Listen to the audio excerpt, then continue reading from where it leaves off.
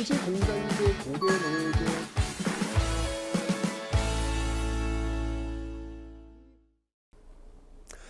네, 안녕하세요 여러분들. 역사는 책구성. 네. 구두 수선하시는 분이 계세요. 제가 이렇게 신발이 망가져가지고 너무 아프더라고요. 그런데 그 구두 수선하시는 분의 손을 거치는 순간 그렇게 신발이 편안할 수가 없더라고요. 아, 그렇구나. 구두 수선하시는 분은 그 구두를 고침으로써 누군가의 불편함과 또 아픔을 치유해 주시는 역할을 하시는구나 라는 걸 제가 느꼈어요. 마찬가지겠죠. 음악가는 음악으로, 또 작가는 글로, 또 건축가는 또 공간으로 자신이 할 수 있는 그 일을 가지고 누군가에게 불편함, 그 불편함을 편함으로 또 누군가의 고통을 또 치유해 주는 그런 역할을 할 수 있는 거구나 라는 생각이 들었습니다. 그래서 우리가 하고 있는 일이 어떤 의미가 있는지를 한번 고민해 볼 필요는 있겠다라는 생각이 들었어요. 저도 조금이나마 제가 하고 있는 이 일이 제 강의를 들으시는 분에게 어떤 그 힐링도 될 수 있고 또 도움도 될 수 있고 어떤 도움이라도 좀 드렸으면 좋겠다라는 그런 생각을 해봤습니다. 여러분도 마찬가지일 거예요. 여러분들도 그 하시는 일이 누군가에게는 분명히 큰 도움이 되실 겁니다. 그리고 그것을 인지하면서 사는 것. 이게 우리 사회를 좀 더 건강한 사회로 만들 수 있지 않을까라는 생각이 들면서 자, 오늘 강의 시작해 보도록 하겠습니다.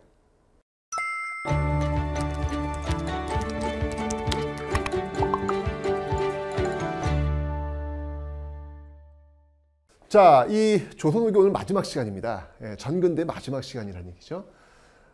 지금 우리가 조선후기를 공부하고 있는데 조선후기의 핵심은 정말 큰 변화였습니다. 이전까지 조선 전기만 해도 성리학적 사회에 의해서 운영되고 있었던 것들이 다 하나씩 깨어져 나가고 있는 정치, 경제, 사회, 문화 모든 방면에서 깨어져 나가고 있는 그런 모습들을 지금 여러분들은 확인하고 계신단 말이죠. 자, 먼저 서양 문물 영향을 굉장히 많이 받아요. 청을 통해 가지고 우리나라에 서양 문물들이 많이 들어오는데 특히 당대 사람들에게 정말 충격적인 정말 너무나 충격적인 그런 일이 있었죠. 그게 뭐였냐면 바로 고려 만국 전도라는 겁니다. 이게 세계 지도인데요. 이게 이 고려 만국 전도는 지금의 지도와 똑같은 거예요. 우리야 뭐 지금 보면 너무 당연한 그 지도겠지만 당대 그 성리학적 윤리관에 경도되어 있는 그 유학자들한테 이 지도는 충격 그 자체였습니다. 왜? 전 세상의 중심은 어디? 중국이라고 생각을 하고 있었는데 세계 지도를 보니까 이게 웬일? 어디든 중심이 될 수 있는 거예요. 심지어 우리마저도. 이런 어떤 그 충격을 주었던 게 바로 고려 만국 전도 세계 지도다라는 것이죠. 이런 것들이 바로 성리학적 세계관을 지금 깨고 있는 그런 역할을 지금 보여주고 있는 겁니다. 또 서양 역법도 마찬가지고요. 특히 이제 이런 서양 역법을 좀 도입하려고 노력했던 인물이 바로 김육, 시헌역이라고 합니다. 여러분들 그 세종 때 그 역법, 한양을 중심으로 한 역법이 뭐였죠? 칠정산. 그러니까 조선 전기에 칠정산이 있다면 조선 후기에는 서양 역법을 배경으로 한 시헌역이 있다. 요거 이제 구분 좀 해놓으세요. 특히 시헌역을 도입하고자 했던 인물은 김육. 김육은 어떤 인물이죠, 여러분들? 대동법을 전국적으로 확대되는데 크게 기여를 했던 인물이라고 우리가 배웠습니다. 그 김육이 또 이런 역할을 했구나라는 걸 알 수 있고요. 그리고 제가 앞에서 그 담원 홍대용을 통해 가지고 왜 지전설 이야기를 했습니다. 네, 고정되어 있는 게 아니라 지구가 돈다. 중심은 어디든지 될 수 있다. 중심은 계속 바뀐다는 이야기죠. 그죠? 그래서 중국 중심의 어떤 그 세계관이 깨지는데 그 역할을 하고 있는 것 지전설. 뭐 김성문, 이익, 홍대용 이런 인물들이 다 이런 지전설을 이야기하고 있습니다. 이제 뭐 성리학적 세계관으로는 이제 이해할래 이해할 수 없는 어떤 그런 모습들이 지금 서양을 통해 가지고 과학 문명들이 지금 밀려 들어오고 있는 상황이 바로 조선 후기다라는 걸 알 수 있겠습니다. 자, 다음은 의학을 한번 보겠습니다. 의학, 동의보감, 허준, 광해군. 네, 이 동의보감은 여러분들 그 사실은 이제 맨 처음에 그 선조에 의해서 명이 내려진 겁니다. 완성을 이제 광해군 때 한 거예요. 이때 그 원칙이 있었습니다. 뭐냐면 누구나 좀 알 수 있는 그런 용어를 좀 사용하라. 라고 해가지고 허준이 집대성해가지고 만든 거죠. 진짜 이 동의보감. 허준님께서 지금 살아계셨더라면 네, 엄청난 저작권 수입이 있으셨을 텐데 아니 왜 홈쇼핑 뭐 한약재 관련된 그런 상품 팔면 다 동의보감 몇째 쭉 몇 주에 뭐가 있는데 하면서 이렇게 얘기를 하더라고요. 아, 네. 동의보감이 있고요. 임진왜란 이후에 어떤 그 전쟁이 끝나고 나서 그 환자들을 치료하는 데 있어서 굉장히 큰 역할을 했고 이게 지금까지도 영향을 미치고 있죠.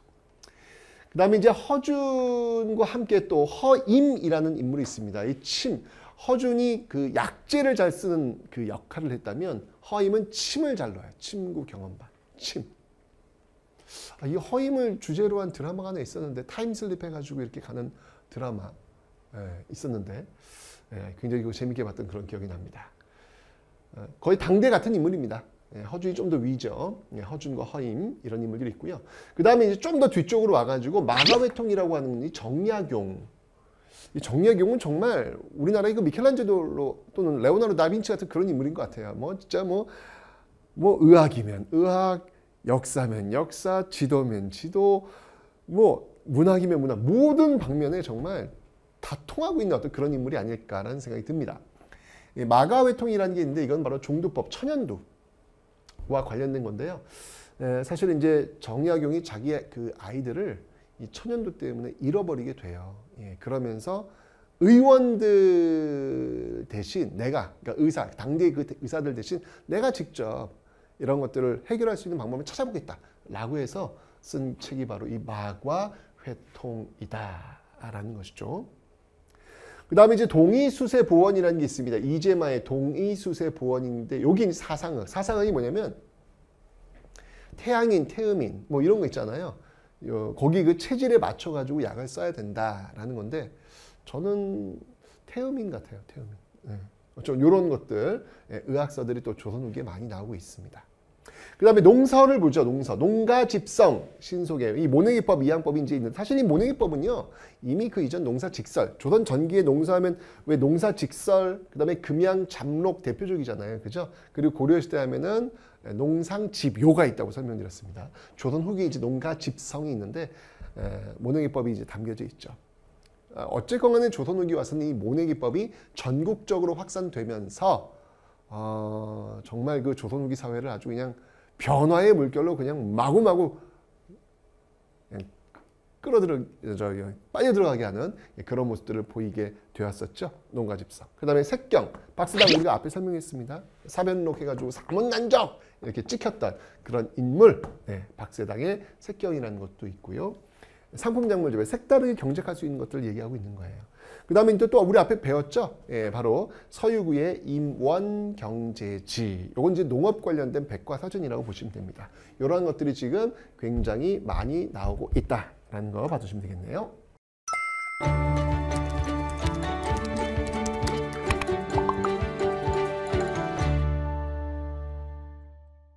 자, 이제 문화 파트에서 진짜 말 그대로 어떤 그 문화적인 측면을 한번 살펴보도록 하겠습니다. 특히 이제 여기 조선후기의 핵심이 뭐냐면 바로 이 서민 문화의 발달이라는 것, 이게 가장 중요한 핵심이 되겠습니다. 서민 문화의 발달이 가장 중요한 핵심인데요. 자, 이 서민 문화의 발달의 그 배경이 뭐였을까? 이건 뭐 여러분들 이거예요. 좀 넉넉해진 거예요. 여러분 문화라고 하는 것은요. 좀 여유가 있어야 즐길 수 있는 것이지 여유가 없으면 사실은 먹고 사는 게 바쁜데 무슨 문화 그거 언제 신경 씁니까? 여유가 있어야 그것도 가능한 것이죠. 즉 조선 후기 와서는요. 그 모내기법, 이 모내기법이 전국적으로 확산되면서 생산력이 비약적으로 증가하면서 잉여물이 남게 되면서 그 잉여물이 또 교환이 이루어지면서 어느 정도 좀 넉넉한 사람들이 등장하기 시작했고 그들이 문화를 이제 즐기게 되는 거죠. 그래서 조선 후기의 가장 큰 특징이 서민 문화의 발달이다 라고 보시면 되겠습니다. 역사 이래 정말 그 기층 백성들의 문화가 등장한 최초의 순간이라고 보시면 돼요. 근데 그래줘야 지금 우리 대한민국이 민국 아니면 민국, 그죠? 국가의 주권은 국민에게 있잖아요.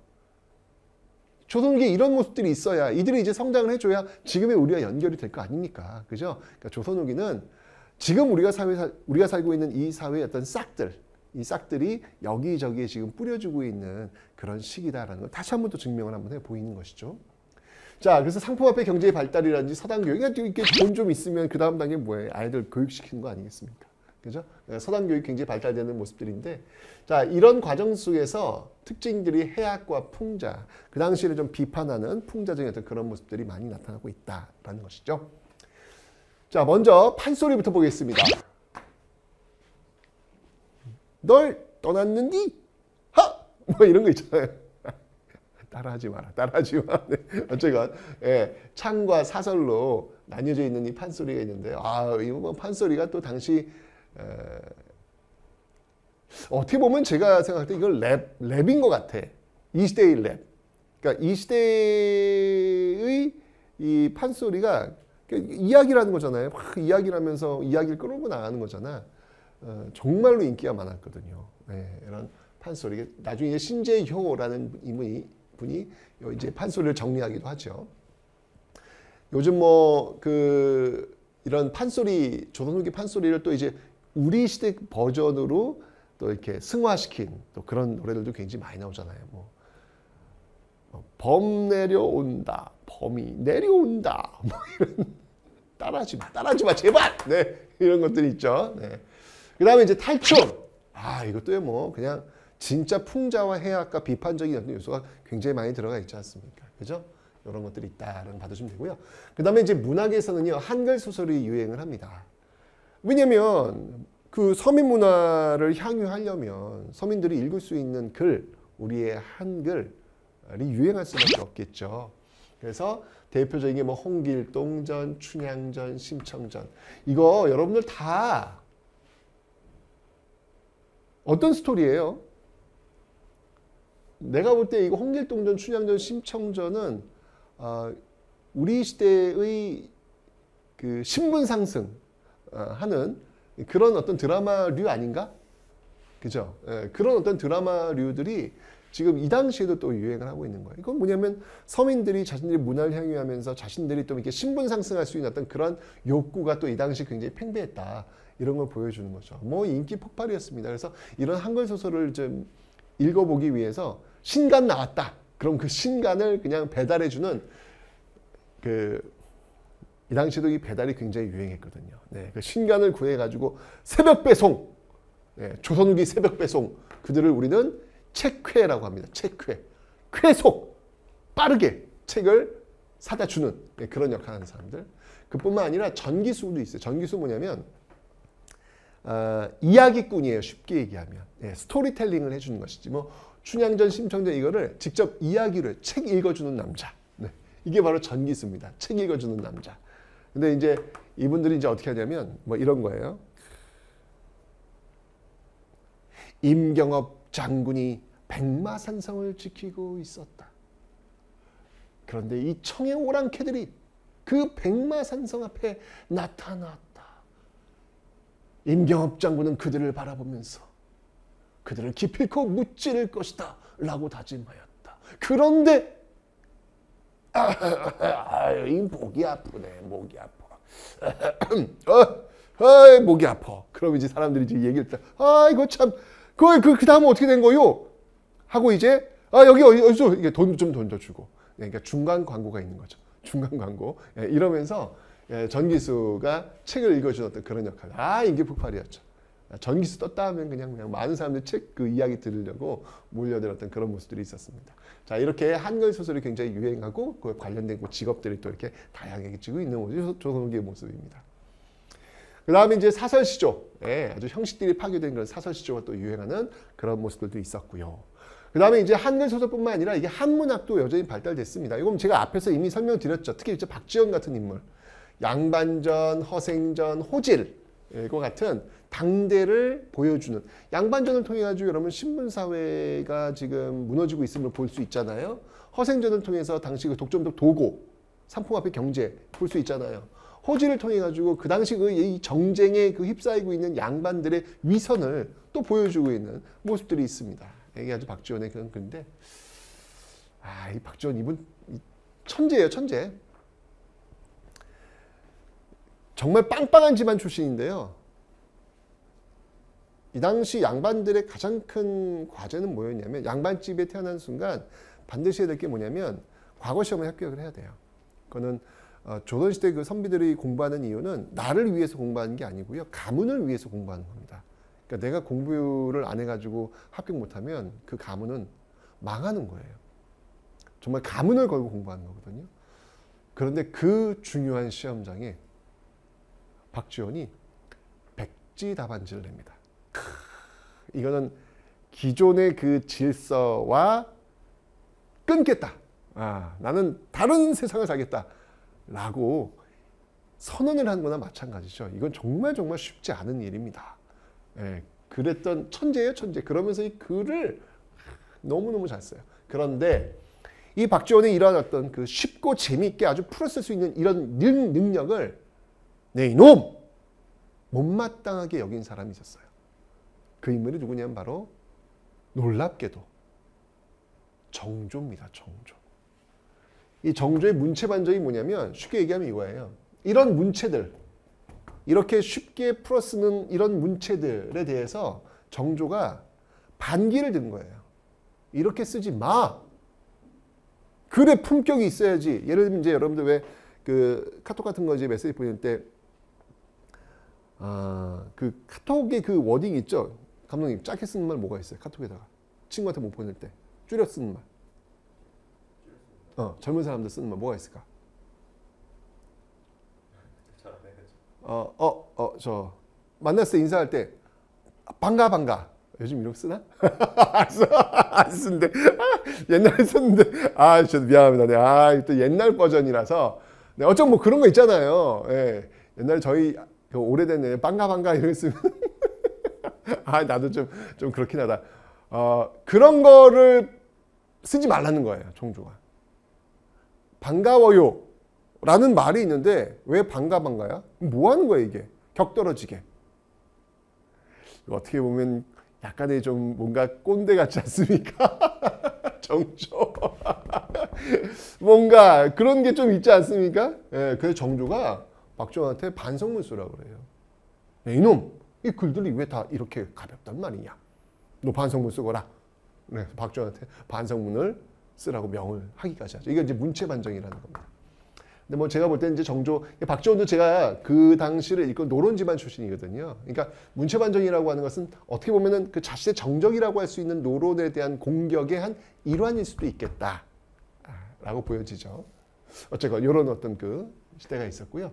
중인들은 여러분들 시사조직, 그 양반들처럼 시를 쓰고 그림을 만드는 그런 동아리 같은 걸 만든다라고 제가 앞에 설명을 드렸습니다. 신문 구조 변동할 때 그런 모습들이 있다 봐두시면 되고요.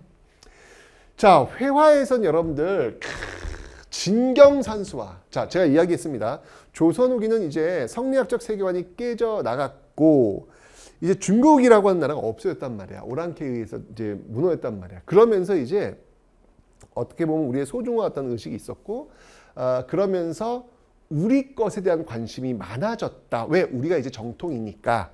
그러면서 드디어 우리의 자연, 우리의 산수가 화폭에 담겨지기 시작합니다. 이걸 이제 진경산수화라고 하는 거예요. 대표적인 인물들은 이제 겸재 정선 같은 인물들, 인왕지숙도, 인왕산 유명한 글이 아닙니까? 나 깜짝 놀랐어요. 인왕지숙도가 옛날에 그 삼성 그 이건희 회장이 소유하고 있었다는 게 깜짝 이번에 지금 다 국가에 환원을 했지만 놀랐습니다. 금강전도, 금강산 그림들. 그러니까 우리가 직접 눈으로 볼 수 있는 것들을 화폭에 담는 이런 진경산수화가 유명해지고 있었다라는 것이죠. 자, 뿐만 아니라 풍속화. 제가 서민 문화가 성장한다고 그랬잖아요. 그 그림의 주인공에 이제 서민들이 들어오기 시작합니다. 그 대표적인 인물이 이제 김홍도. 정말 이 김홍도야말로 서민들의 그 일상의 삶의 모습들을 너무너무 잘 담아내고 있잖아요. 그죠? 또 혜원신윤복은 어떻습니까? 혜원신윤복은 저는 사실은 이 혜원신윤복의 그 그림들이 저는 제 취향은 이쪽입니다. 일단 혜원신윤복은 색을 써요. 색을 쓰면서 그 포인트를 기가 막히게 줍니다. 여러분 단오풍경 한번 보세요. 단오풍경 그 가운데에 그 그네를 타고 있는 그 여인의 치마 노란색과 빨간색이 빡 가운데 포인트로 빡 주잖아요. 강렬함이 있거든요. 이런 것들이 너무 참 대단한 것 같아요. 예, 그리고 특히 이제 이 혜원 신윤복에 그 등장하는 여성들 단오 풍경도 보면 옆에서 그 여인들이 옷을 벗고 목욕을 하잖아요. 그리고 또 이 신윤복의 그림 중에서 월화정인 같은 경우 보면은 그 담벼락에 그 딱이 붙어가지고 남자와 여자가 이렇게 키스하는 장면이 나와요. 그러니까 우리나라 역사상 최초의 키스신이 여기서 등장합니다. 그리고 우리나라 역사상 최초의 나체, 예, 그 옷 벗은 어떤 그 모습도 여기서 나옵니다. 근데 이게 다 여성이란 말이죠.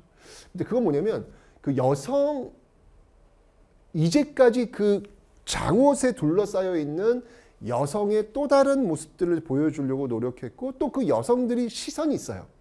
그 여성들의 그 시선은 뭐냐면 술 취한 어떤 양반들의 어떤 모습들, 그렇죠? 꽃놀이 가고 있는 양반들의 모습들, 그건 어떤 부패한 당대 어떤 그 양반들의 모습을 비판하는 그런 시선들도 분명히 있거든요. 굉장히 그 당시에 어떤 많은 사회의 어떤 상을 담고 있는 게 바로 이 혜원 신윤복이다라는 거. 또 강세왕, 영통동무도 이거 보면 굉장히 또 이 서양화 기법이 들어가지고 음영 같은 것들이 좀 들어가 있는 그런 모습들, 또 유명한 장승업, 거의 기인이죠, 기인. 예, 화가. 정말 예술하는 어떤 그런 모습들을 제대로 보여준 게 장승업이 아닐까라는 생각이 듭니다. 이런 풍속과 또 유행하고 있고요. 그 다음에 민화. 민화는 이제 까치화랑. 이제 좀 문화적으로 조금 이제 좀 넉넉해지니까 집에다 뭔가 이렇게 그림을 걸고 싶은 거예요. 요즘 뭐 그림들 이렇게 나오면 뭐 그림으로 재테크한다고 뭐 이렇게 난리라면서요. 미술관에 이렇게 줄 서 있다면서요. 네, 그런 것들도 역시 마찬가지로 좀 우리 사회가 좀 넉넉해지니까 이제 문화에 관심을 갖게 되는 것이죠. 이런 모습들이 조선 후기에도 나타나고 있더라. 추사체의 김정희와 세안돈 제가 앞에서 김정희 금속과학록 할 때 설명을 이미 드렸습니다. 자, 그다음에 이제 건축 쪽을 보면요, 17세기 이제 양반 지주들이 이제 사실은 이게 조선 후기 성리학 유학의 나라에 쓰는 이 불교는 부처의 잡소리라고 이야기했던 게 조선 전기 모습 아니겠습니까? 부처의 잡소리, 정도전이 얘기한 거 아니겠습니까? 그런데 그거는 어떤 정치적 프레임 속에 들어가는 거고 여전히 백성들은 부처님한테 빌고 싶은 마음이 있었던 거예요.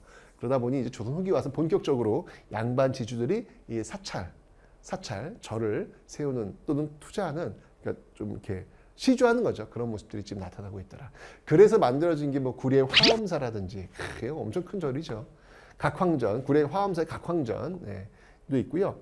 그다음에 김제 금산사의 미륵전이라고 있습니다. 이 금산사는 여러분 아시겠지만, 예, 그 후삼국 시대 때 그의 아들, 견훤의 아들이었죠. 아들이 견훤, 자기 아버지를 유폐했던 곳. 여기서 이제 금산사에서 이제 탈출해가지고 왕건과 손을 잡고 결국 후백제를 멸망시키는데 앞장섰던 게 견훤 아니겠습니까? 그죠? 네, 그런 역사가 갖고 있는 금산사입니다. 그 다음에 이제 보은 법주사 팔상전은요, 현존하는 우리나라에서 가장 오래된 목탑이에요, 목탑. 조선시대 만들어진 나무로 만든 탑, 목탑이 보은 법주사 팔상전에 있다라는 거 봐주시면 되겠습니다. 그리고 이제 18세기 되면서요, 이때는 이제 상업이 워낙 발달하니까 돈을 버는 어떤 그 분홍들 또는 모내기법을 통해서 돈을 버는 이제 분홍들, 광장을 통해 가지고 또는 돈을 버는 상인들, 이런 사람들이 이제 또 시주를 하는 거예요. 논산 쌍기사라든지 부안 계암사, 이런 사찰들이 만들어지고 있고요. 그다음에 18세기 뭐 대표적인 게 정조의 수원 화성이 있습니다. 이때 이제 정약용이 굉장히 많이 도움을 주죠. 예, 거중기라든지 무거운 걸 들어 올리는 거중기라든지 정조가 한강을 건널 수 있도록 만들어준 배달이라든지 이런 것들이 다 정약용과 관련이 있는 것.